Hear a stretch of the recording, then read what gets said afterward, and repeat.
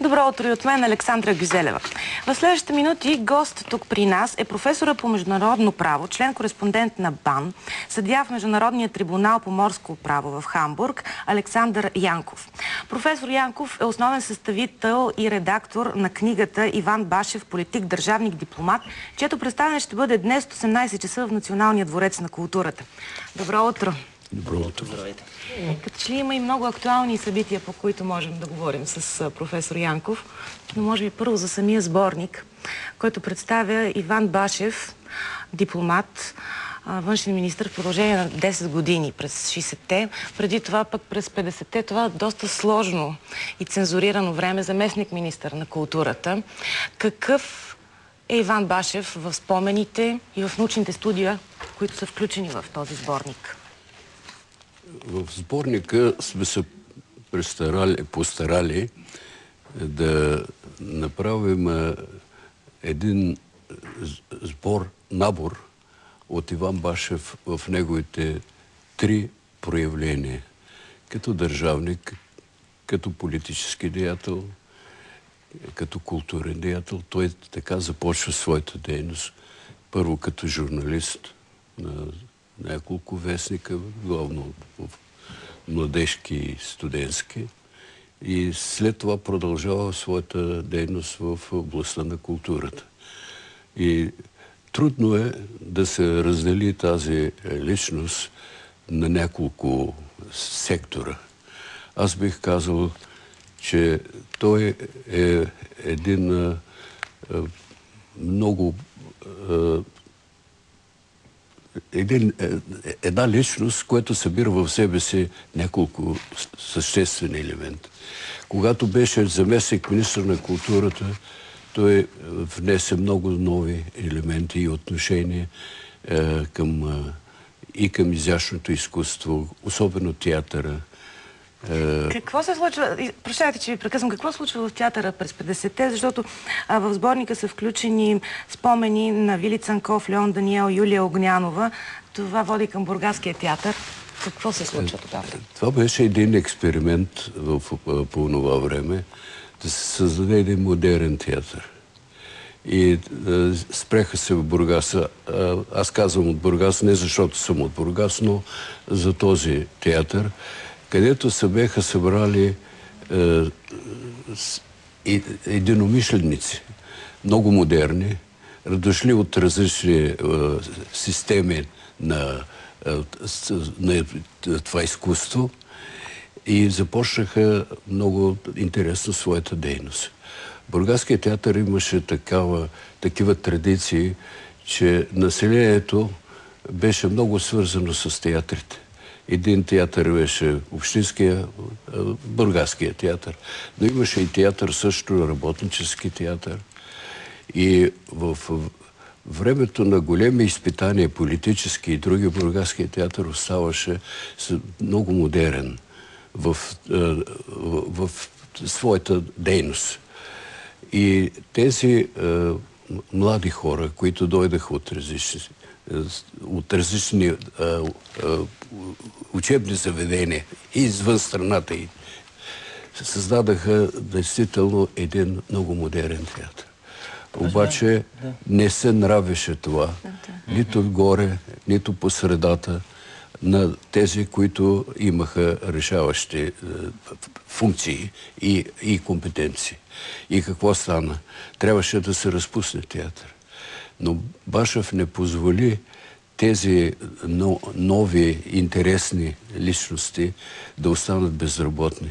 Той един по един ги разпръсна в цялата страна. Въпреки че имало определени условия, примерно да не поставят театъра София. Изчезна, обаче деятелите на модерния театър останаха.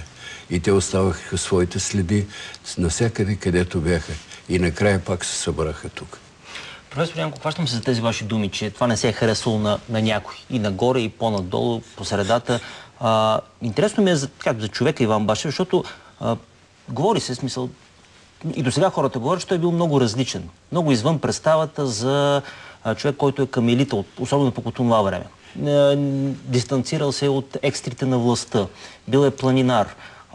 много различен от образа на министър на външните работи. До каква степен, особено в това време, идеологическо, обусловено от противопоставяне в Студената война, до каква степен е могъл човек външната политика, нещо да зависи от него, до каква степен е било предопределено? Някои от неговите колеги, които го познаваха, включително и аз, използваха само една дума – нестандартен. Той беше нестандартен, където беше в своята мисия, беше нестандартен. Търсеше новите решения. Това стана по времето, когато беше в областта на културата, а след това и в външната политика, в дипломацията. Той остави такива следи, каквито много малко министри на външните работи, аз съм проследил цялата история на българската дипломация, трябва да ви кажа, че ние имаме знаменити личности от миналото, но повечето от тях бяха главно политическите лидери на страната. Няма да изброявам имена, но те, аз употребявам може би тази дума, те бяха по съвместителство министри на външните работи. Това беше едно друго допълнително измерение на лидера на държавата.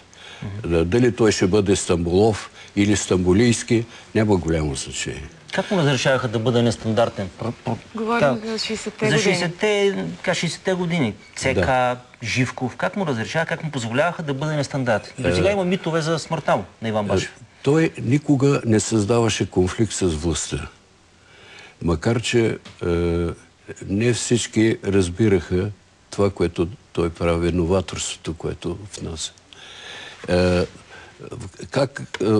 Той, например, беше много устояваше принципите на външната политика на България в срещите си с свои колеги в чужбина и те го уважаваха. Например, много добре знае случай с сър Уилям Харпън. Сър Уилям Харпън е първият английски дипломат, който беше вече не пълномощен министър, а посланник. Аз по същото време бях пък посланник в Лондон. И бяхме много така, следяхме взаимно нашите дейности. Той често ми е показвал на мен. Интересно е казано за мен е този човек. От една страна той е по-различен от неговите предшественици. Всъщност в сборника, който ще бъде представен днес, може да се проследи историята на българската дипломация за 10 години, между 62 и 71, както и характера на епохата през спомените на но също време Уилям Харпън често ми казваше, той много държи на основните принципи на външната политика на България. Следователно, когато употребяваме думата стандартен, тя не отговаря съвсем на това, защото той беше много последователен, уважаваше при преговори, неговият принцип беше да уважава другата страна. Не да се покаже повече знаещ или да му внуши нещо. Създаваше впечатление, като че водят един много приятелски разговор. За вас ясно ли е всичко около смъртта му? Само зрителите ще припомня, по време на излет на около 300 метра от хижа леко открит, той известен планинар, запален, заблудил се в снега, времето, вяресте, и до сега битуват съмнения. Ако прочетете в книгата, в началото, тя започва с стихотворение на Миряна Башева, но след това е едно изповедно изявление на неговата съпруга, София Башева. И аз също имах същите наблюдения. Башев беше много сдържан във всички обикновени, обичайни прояви. Обаче същевременно той беше много, много последователен. Да се върнем към настоящето. Имаме въпроси за сомалийските пирати. Ами да, Съвсем малко време, да използваме присъствието. Не отстъпваше от основните принципи на външната политика и не се представяше като човек, който е нещо друг елемент в екипа, който работеше. Съвсем кратък отговор ви моля, като юрист ви питам и специалист по морско право. Трябва ли да се плаща откуп на пирати, които държат заложници наши граждани? Много труден въпрос, но искам кратък отговор. Защото вие ми задавате въпроса, който отговаря на сегашната действителност. Затова, защото не се подготви международната общественост на време. Тези пирати, аз съм участвал в изработването на Конвенцията по морско право. И една част има, която се отнася до откритото море. Това са от член 100 до 107 за пиратството. Но тогава, по това време, аз говоря за 70-те години, се смяташе, че пиратството е отживяло. То е на миналите векове. И за това ще забележите, че в тези текстове, когато се говори за морското пиратство, повече се говореше за въздушното пиратство. Защото тогава се отвличаха самолети. Тогава тази криминална дейност се проявяваше повече във въздуха. Така, но времето показа друго. Но сега нужно е нещо, което вече се прави с закъснение, защото сомалийските пирати използват случая вътре няма държава, има една фиктивна държава от една страна, от друга страна никой не им пречи. Инвестират в GPS системи, в картечници, в бързоходни катери и ситуацията става все по-тежка. Те си служат с леко оръжие, но трябва да се знае също, че в международното право е един основен принцип. Търговските кораби не трябва да употребяват оръжие и да носят оръжие на своята палуба. Много ви благодаря. Професор Александър Янков, професор по международно право, за сборника посветен на Иван Башев и за настоящата ситуация с сомалийските пирати.